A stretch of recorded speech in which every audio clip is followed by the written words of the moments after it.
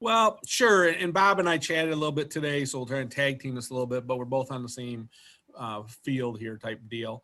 That, part of this thing is what the governor wanted all the municipalities to do is develop what they call a COOP plan, or continuity of operations plan. COOP planning in the emergency management field for governments has really become very, very important. And I would encourage you all to, after you've done with this mandatory plan doing it, continue to work on other ones for your town. Because a good example of this that we lived, and I don't know if Bob, if you were on the job yet with this world, but when I first started, that they had a construction accident, quite frankly, at the county building in Broome County. And the contractors were in doing renovations, and they ended up finding a whole bunch of asbestos and contaminated their entire county building with asbestos. Well, now nobody can go to work. How does the county function? The treasurer couldn't get to the treasurer's office to write paychecks, to pay bills. Folks couldn't come in to do their business with it. That all happens at the county building. Because basically they had an asbestos contaminated building, the whole thing. So, if you think about it, in our county building here in Jefferson County, that's everybody from county attorneys to probation to DMV, everything under the sun. Well, how do you continue to work if that was to happen? And you can always talk about planning in your worlds for the worst cases. How are you going to be able to take care of doing the functions you need to the public if something happens, such as, you have a fire in your village or town hall or your town barn, those type things out there? How do you do that? And what COOP planning really does for you all is that it puts a document together so that if Joe Plummer writes the one for the county, and Joe Plummer's not here tomorrow, it's still there for people to read and review. So, one of the things that happens, especially in your world, is like with your highway people. You all have fantastic highway superintendents that take care of your DPWs and stuff. But if you had a problem there, whatever, and this pandemic's a good example of COVID, and Bruce gave me a call. We chatted there a few weeks ago about this. What are you going to do if all your people had COVID and they can't come back to work? Well, there's two parts to that. Number one is a highway worker is an essential person. So you can make them come to work if they're asymptomatic. If they're sick, you don't want them there type deal, but you could do that. But that's all going to be all done with guidance through public health. But, we're in snow and ice season now, as Bruce and I talked about. What are you going to do if you don't have anybody to plow the roads? And I don't know if anybody's on from Denmark, but I think I saw that in the news happen here this past week that basically all their DPW guys. Yep. So, and it's like Bruce and I talked about that, is that, you want to have just on paper documents where you've talked to your neighbors and said, okay, here is, they can help send a plow over and you're willing to go help them if they ever had the problem, that kind of stuff. You talk to the counties. I know, even for the town of Denmark, you had Lewis County helping you, and you got Jefferson County Highways helping. I mean, yes, that's one of the great things here in Northern New York that I can tell you I've had a lot of compliments on, is that, when chips are down, everybody just chimes in and helps, does whatever they can do to help each other to get through the stuff. But, some of the things falls into, liabilities, monies, that stuff. And when you start looking at these COOP plans, that's where you can kind of make sure that you got I's dotted, T's crossed for legal reasons, stuff like that. So you definitely want your attorneys probably involved in it a little bit. Who's paying for this if it got broke doing your work, or fuel, or whatever the situation is. But, we've done this many times, fortunately not very often in this county in Jefferson. But if there's we've had town barns burn. Well, that happens. We got all these equipment in there, trucks in there, we end up calling neighbors, and the highway superintendents call their neighbors, and, the roads get plowed one way or another, but something you guys all might want to throw about in this plan with your pandemic, especially with snow and ice, is prioritizing your roads. Yes, every road is a priority to whoever lives on it, but take around Carthage. You really want to make sure your roads are open. They're going to the hospital, or to your fire station, stuff like that, type thing, where maybe a dead end road out of the way isn't as high as a priority. You might want to think about some of that stuff, so, but Bob, I don't want to take all the spotlight. Bob, feel free to jump in here. No, I completely agree with what Joe said so far.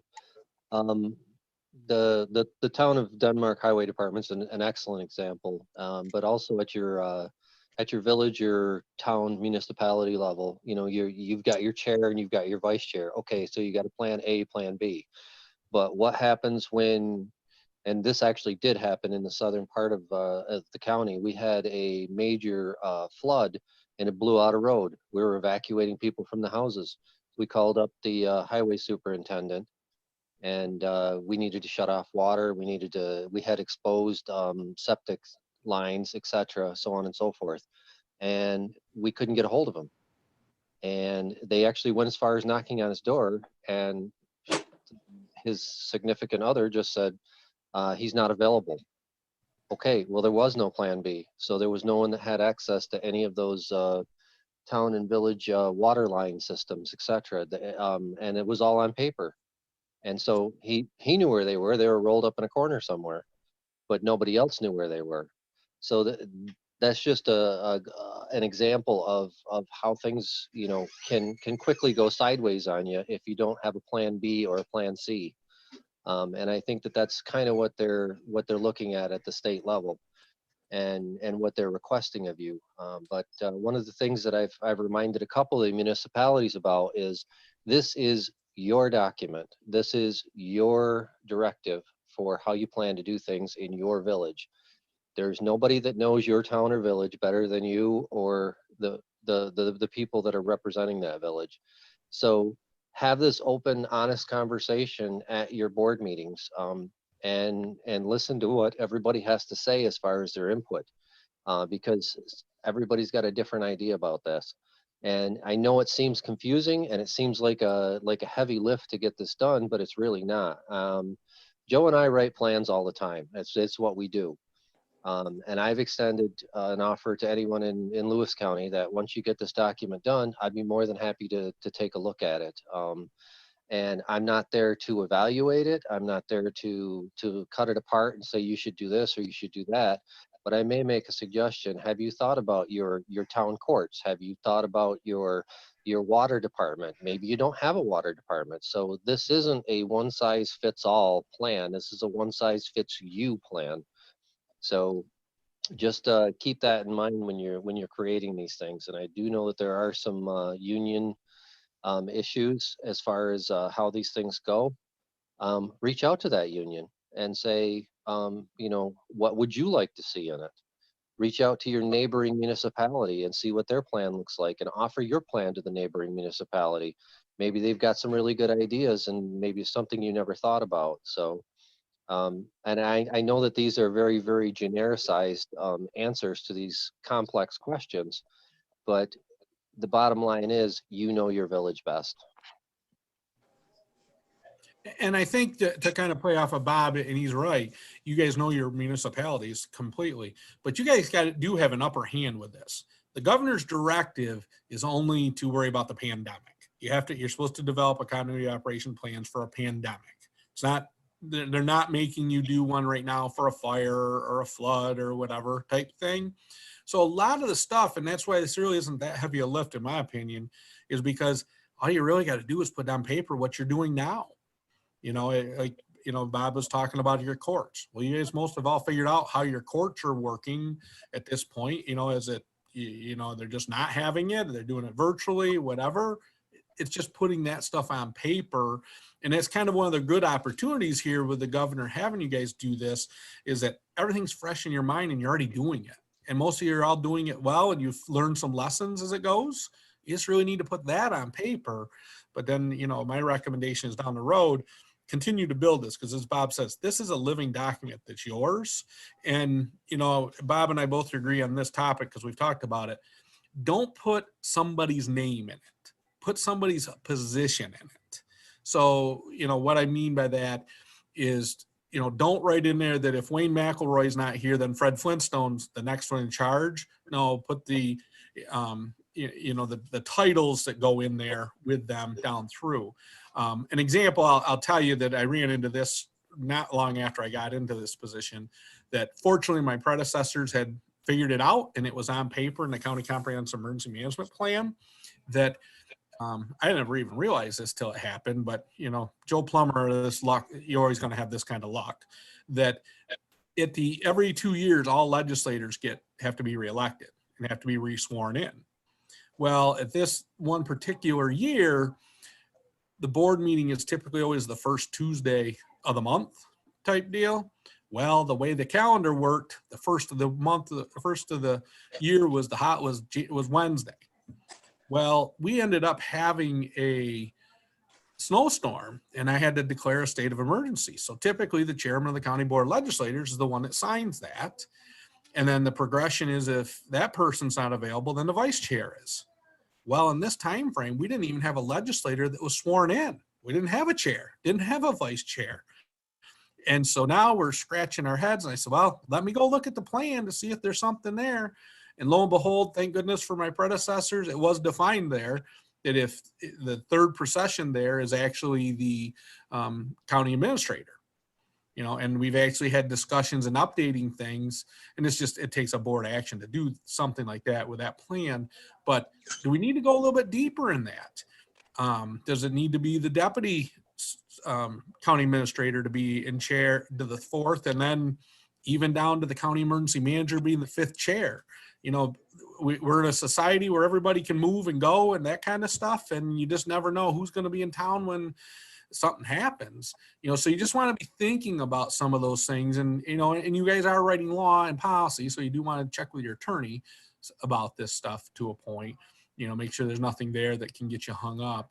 But you really hate to say this, but you have to think about the worst thing that can happen. What's your worst day going to be, and how you're going to respond to it to keep doing your services that that you're required by law a lot of times to do to the public type thing, as that stuff goes. But kind of circling back around to what the governor is telling you guys to do, his is pigeonholed down to a pandemic. My knowledge, there's nobody in the state you have to send this to. You're supposed to do it and put it on the shelf. If I'm wrong with that, please tell me, because I'd like to be educated of that. But as Bob said, these are your plans. There's not a right or a wrong answer, but you want to make sure it's a document at the end of the day that you guys spend a lot of time on. It's going to be worth the paper it's written on.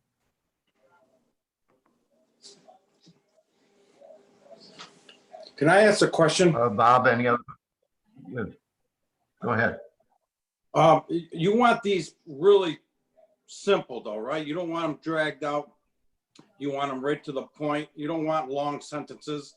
Am I correct on that? Or absolutely, in my opinion, simple, because a joke, I always have a standing joke. We have an ice storm that hits Jefferson County, which means I got to go pull the county comprehensive management plan off the shelf. It's in a 3-inch binder. The last thing I'm going to say to you, I'll see, okay, we got this ice storm. I'll see you in 8 hours, because I got to go read the plan to flip through it to figure it out type deal. Okay.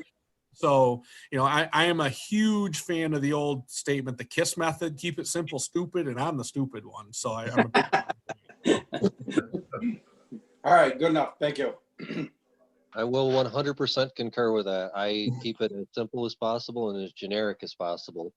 And one of the things that, and Joe's familiar with this as well, a lot of times, they talk about standing up your EOC and your emergency operations center. Well, 90% of the time, my emergency operations center is my Tahoe. It's my truck, because that's where the emergency is. And then we can move it into a local municipality's building if it's a isolated area. So I've got to keep it simple and keep it dynamic. And flash drives are what I carry around with me all the time, and just plug it in the computer, plug and play, and go.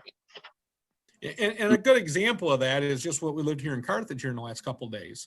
The command post was at the scene for a while, and I will tell you, my phone starts blowing up from Albany wanting to know what's going on because they've got people that sit in the what they call the state watch center. It used to be called the emergency operations center for the state, but it's the watch center now.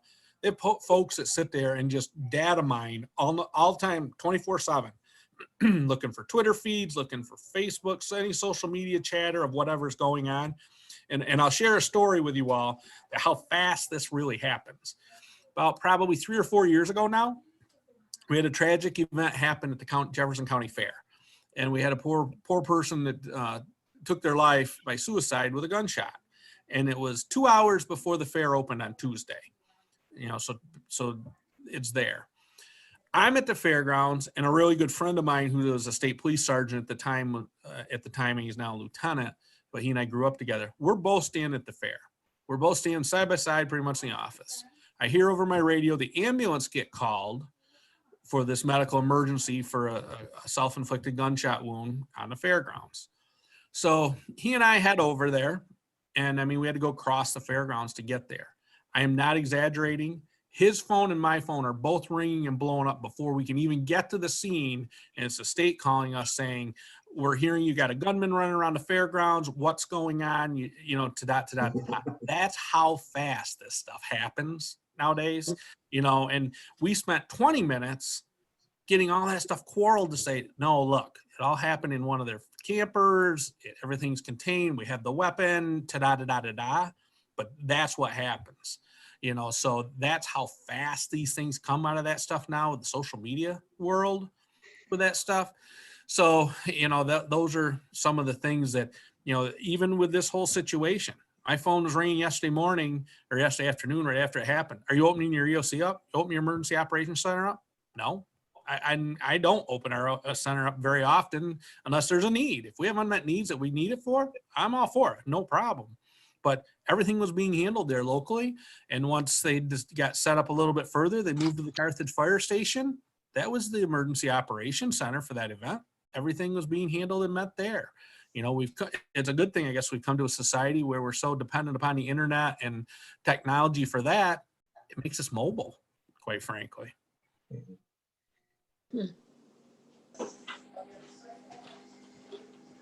Okay, I guess at this point, is there anybody out there that has questions for these guys? These guys are the guys that can answer your questions.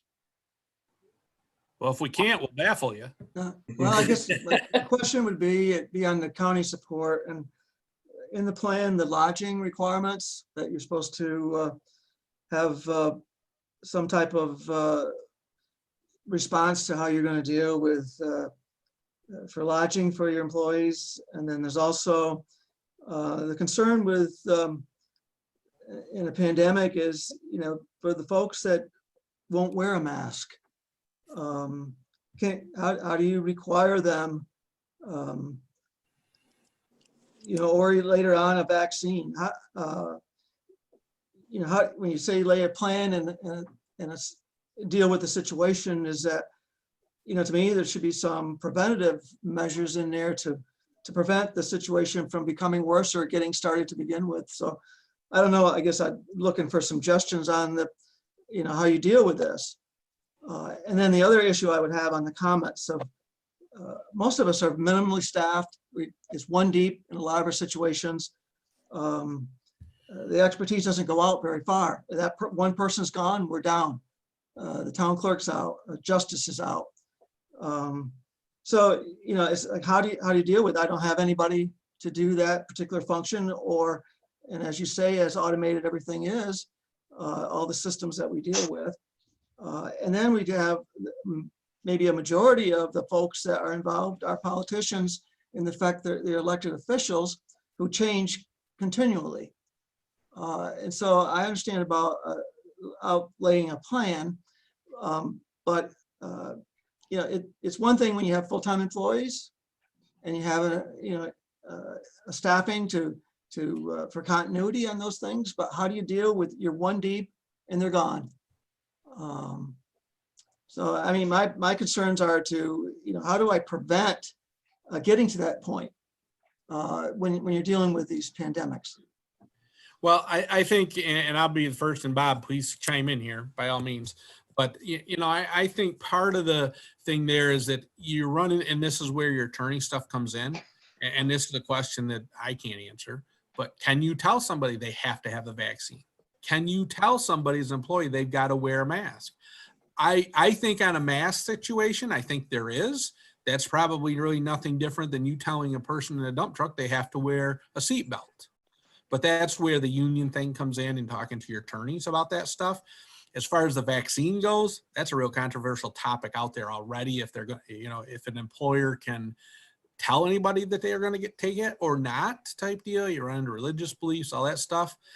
You know, there's only so much you can do there. You can just, you know, put in your plan, you highly encourage them to get a vaccine, but I don't think you can actually put in there that they're going to be mandatory to do it, because I think they'll end up with you end up in civil rights court type deal out of some of that kind of stuff.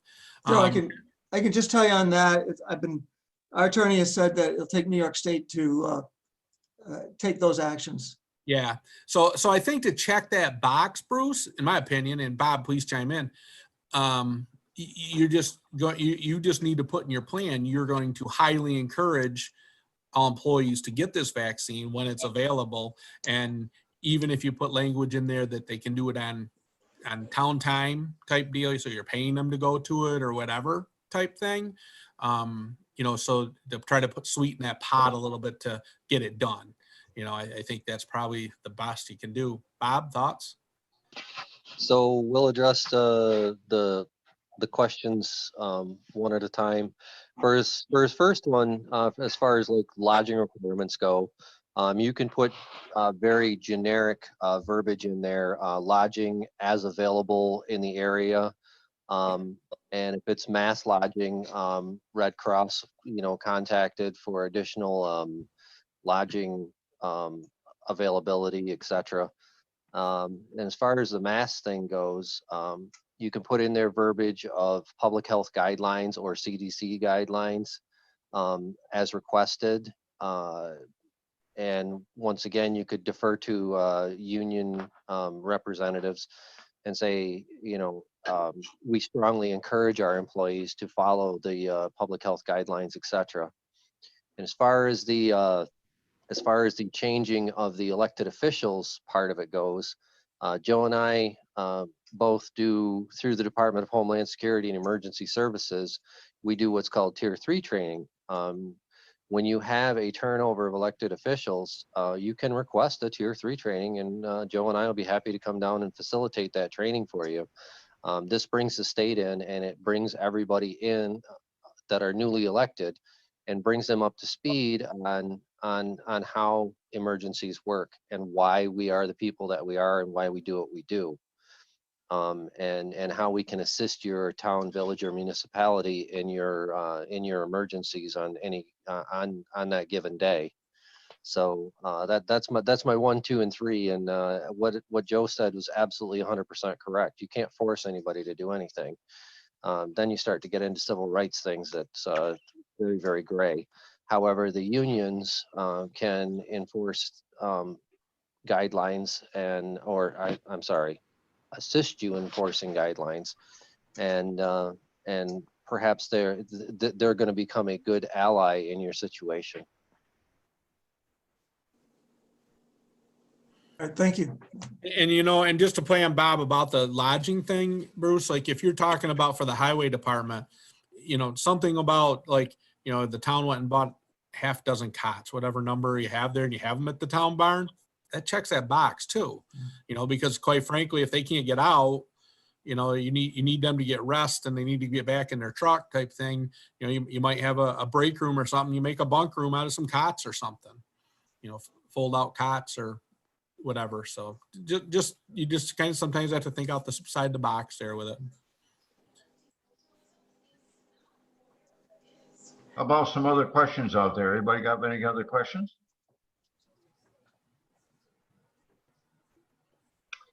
Joe and Bob, I want to thank you very much. Appreciate you being on our RACOG meeting tonight. There's some interesting things. I made some notes here. I thought maybe ours was all done, but maybe I need to talk with our clerk treasurer tomorrow. And so maybe I think she's done a good job, but maybe I'll just question her on a couple of things. Well, and maybe some of those things, and like Bruce, you were saying, how you're a one person in that, there may be some things where, and I don't know I don't have any clue how a clerk does their jobs type thing, but is there something that, maybe we'll just say you and the Village of Carthage clerk could do, they could come over to help you out just to get certain things done. Yeah, I mean, I don't know. I'm just brainstorming here with that. And that's kind of where a lot of the relationships are, because you're not alone. I mean, here at the county, in my office, it's just me and my deputy, and we have to be the emergency managers, the fire coordinators, 911 directors, and all that stuff. So, that we don't have a lot of depth there either. So you just kind of try to lean on, your neighbors helping neighbors the best you can. Indeed. Joe really nailed it right there. I've got a 2-person office as well. And a good example was I didn't have a deputy director, and I just had what they called an assistant in the office. Well, she had to be appointed a deputy director because I was in and out of the office, and during this pandemic, stuff has to get done, period. So I went to the board and I said, I need somebody, and she was appointed. It's just the way it works out.